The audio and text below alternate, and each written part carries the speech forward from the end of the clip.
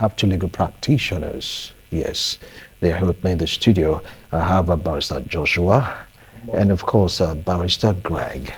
Welcome to TMI.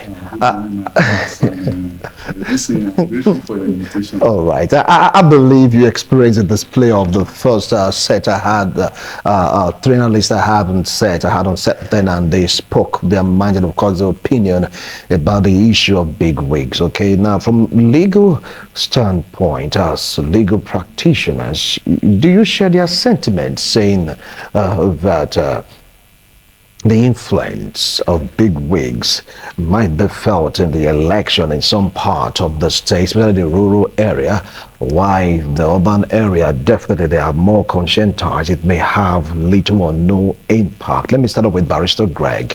What do you say about that? Yes, in terms of big wigs. Yes. Yes, big wigs. So much they have influence on voters, on politics, and in order for the parties to also win the election. But however, I so much believe that in this upcoming 2024 election, it's not entirely the business of the big wigs. That is not to say they don't have a role to play. We believe that because over the years, the nature of the culture and the political orientation is that of the big wigs. But however, there is a change because the people have no longer comfortable. They are no longer comfortable with the big wigs because some of these big wigs, so to say, there's nothing to write home about them. And we arrogated that big name to them, that they are big wigs. But truly, some of them, they lose election, they lose their wards, even their local government. So that is the politics, the era we are in politics.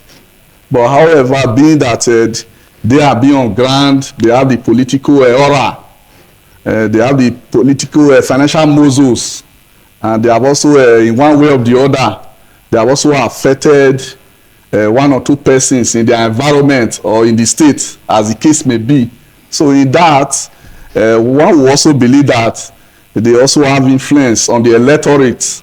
But that is not to conclude that within a particular political party is assured of the victory in the upcoming election. I didn't see that way at all. Right. It's beyond the activities of big wigs. Big wigs, okay. Yeah, that is my view. Over to you, Barrister Joshua. You heard Barrister Greg. He said it has gone beyond that in some climes. Do you share his views? Yes, I want to partially also agree with you. And if you are saying big wigs, I think you are likely saying mentors, you understand? Because in a political climb, I think there are people that give guidance and direction as to do with election and politics, as the case may be. Now, where I share his view, it's a situation whereby these people already have sensitization and political awareness. Like when you mentioned that even these big wigs, as the case may be, do not even win their elections. And when you say that going back to some rural areas, I think I beg to differ because of the fact that these days technology has even gone down to all those rural environments, you understand? So the education, the political socialization has certainly reached down to the people in the rural environment. But however, you cannot completely take away these big wigs, or like I would call them mentors, you understand? Because they give guidance, like my learned colleague also said, they have the financial, capacity. You can look at it in two ways. Probably there's an advantage, there's also a disadvantage, you understand? It is a political leader that comes on board to say, okay, this is how this constituency wants to be, this is how this election wants to be, this is the reason why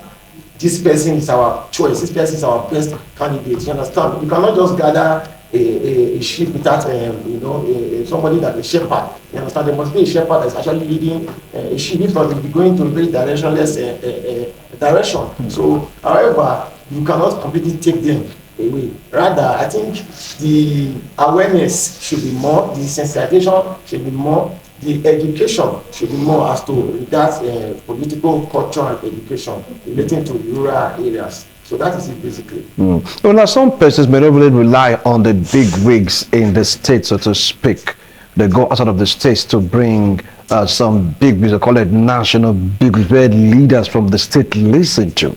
Some can just invite Mr. President, depends on the party, like APC, people like Mbechene that are going to invite Mr. President. To them, is the biggest of all wigs in politics in Nigeria because number one, some people saying, look, they're going to invite some senators from the house of the Senate or the house of the come talk to them because they are looking very, very influential. Some are saying also may just go to ex-presidents, ex-governors to come invite them to talk on their behalf. Do you think Edo State electorate will be swayed by the speeches of these big wigs that are coming outside of Edo State to come talk to them on who to vote for, giving so many reasons? Yes, the area you mentioned that in the upcoming election during campaigns, yes, and we are going to see, other persons, dignitaries, notable personalities coming to the state, or in the view to influence the electorate. It's not new to do election. So we have seen them coming before now, but that is not to say they are all present is sufficient for a particular candidate or political party to win the election. If any party is having that notion, it's a very, very wrong, in my opinion. But they come in, they had a political aura. That is what we call they have flavor to the political campaign. We want to also see them, but that is not to say that that alone is sufficient for one party to win an election. I didn't see it that way. That is my view. That probably, although we know that in one way or the other, they also have a way of influencing election. You know, this election of 18, there are different ways a political bigwig can influence election. Directly and what? Indirectly. Behind closed door. These are people that, you see, the INEC officials are there. These are people that can communicate to them. Our security agents who are stakeholders in this election, these are the people that can pass a message to them. So that is the reason why we cannot undermine them. They are very important. They're very important, but they may not determine the outcome. Do you share his views? Very important. Yes, You get to hear this person is coming from, outside Edo State to come talk to you. They're coming during the flag of, these are big, these are giant politically speaking. Now, he said people really want to see these guys. They want to so that's what it looks like. So this person coming to us, so let's see if we can relate. Do you think all this flavor he talked about will really flavor the heart, so to speak, of Edo State electorate? The truth is that one thing I like about Edo elections is that I've always said it on different platforms, and maybe I do that.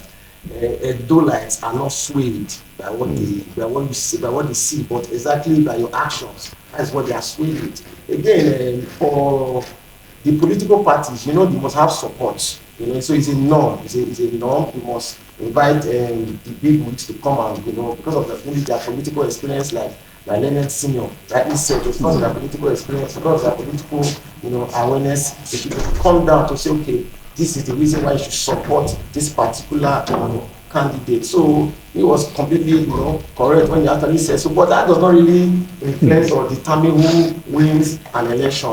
We have seen many instances where big wins will come at the end of the day, who they came for actually lost the election. So at the end of the day, you cannot completely say, yes, they have influences. There are some that are actually star boys, not to mention names, but actually star boys, and that, okay, yes, because of this particular person. We saw in the last presidential election how some persons who won the Senate and House of Representatives, they flew on the wings of some other persons, of somebody else. Why? Because of the fact that that person is a big wig, and that person already has a name that was given to a platform. So, but again, it does not really determine who should win an election, because the political awareness that is around us, especially in those states, we are aware, we are enlightened, and we know who and who. So coming does not really influence, the minds of the voters in those states. All right. So you're saying that right now, no matter who you choose to invite, those states remain those states. They'll go out there and follow their minds. Their conscience are being influenced by any of these persons. Is that what you're saying right now? It's not really, you may not conclude that way, because the issue we are discussing, the issue of the big wigs, these people, some of them, they could be very, very dynamic. And like I said, that they could influence the election indirectly. So when they are around, when they come to the state to campaign, you wouldn't know, because their interest is also to win the election. So you wouldn't know the nature of the relationship they also have with the stakeholders in this election. And they could come and stage the campaign in the state. But the question now is, these are people that influence the stakeholders, specifically the INEC. They influence them. They also influence positively or negatively. You see. Because of my influence right now. The case may be. Yeah. But that's why you see, I mentioned, I was speaking technically when I said that these persons, they can influence election indirectly. You see, something that they say indirectly, something you are not saying it. It's behind closed door. You wouldn't know what transpired there, because these people could be they could be very dangerous. They are there to do the damage. So that is the reason why you cannot undermine them. All right. Yes, that's what we are saying. You cannot undermine them. Okay. Now, if you take a look at what's happening right in Edo State, it is alleged that some parties are not beginning to target the big wigs of perceived opponent. And it's good to hear about this gale of defection. How true is this allegation or assertion? They'll be like, okay, this person is a big wig in party A, he's influential, let's get him to our side, let's bring him to our side, as in shopping for big wigs. Is it going to have any impact? Yes, it is.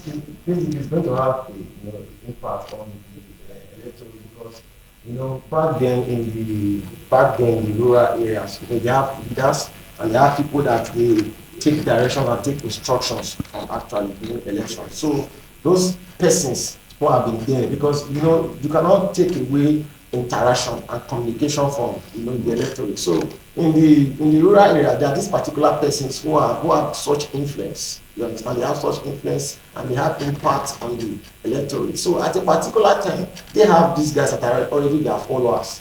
So when you see that, in this particular place, we need to, it's just what a political calculation. And so, okay, we need to get this person, because the fact that he has a good on this particular place, and at the end of the day, when we're able to get him, we're able to bring his followers to us. Right. Again, do not also forget that these big wigs that we are talking about, also it's like for this particular election in Edo State, it is actually very visible even to the blind, because taking a look at all the parties and the candidates, their flyer, you should know that the flag up, you should know who and who. So at the time, most of these persons, because of their personality, because of where they stick and where they tend to stand, and the history of their political awareness, they tend to align themselves even without the candidates going to approach them to say, please, we need your support. They should know that, yes, most of them know that, yes, this particular person is do very well when he enters as, when he steps in as governor or whatever the case may be. So, however, most times it's not really the influence of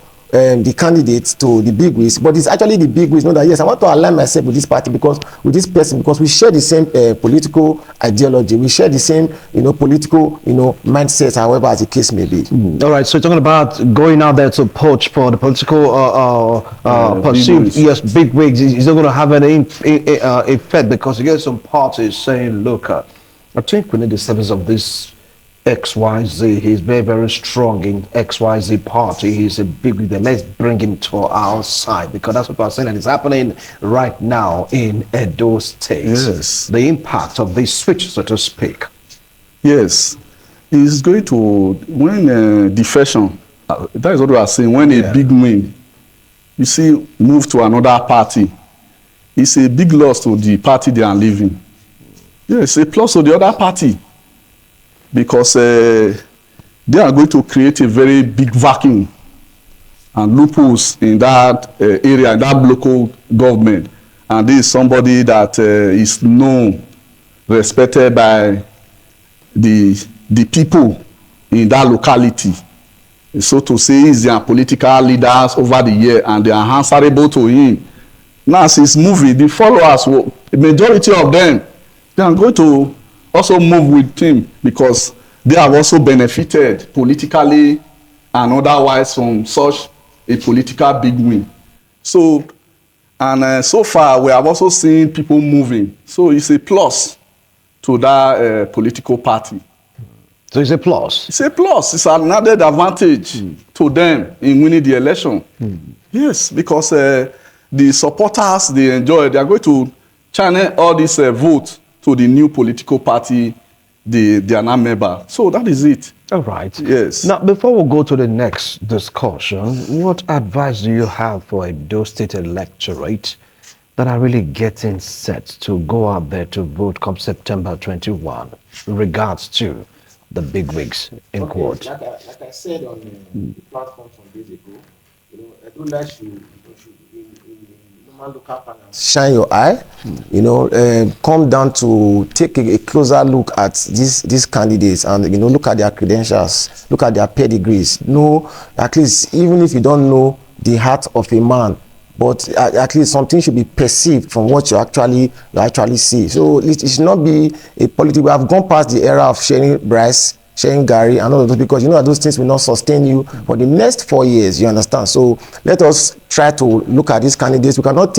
use Edo as an experiment for another 4 years. So let us be wise, and let's open our eyes to pick the best. Pick the best. Yes, I wish to urge the electorates and Edolites to vote based on the issues on ground, and then based on a competency, based on a leader that can bail us out of the problem we are all facing today. As we say, it's glaring that there's so much the poverty in the land is enormous. It's obvious. So you should vote based on the issue on ground. So don't base your vote on settlement. Base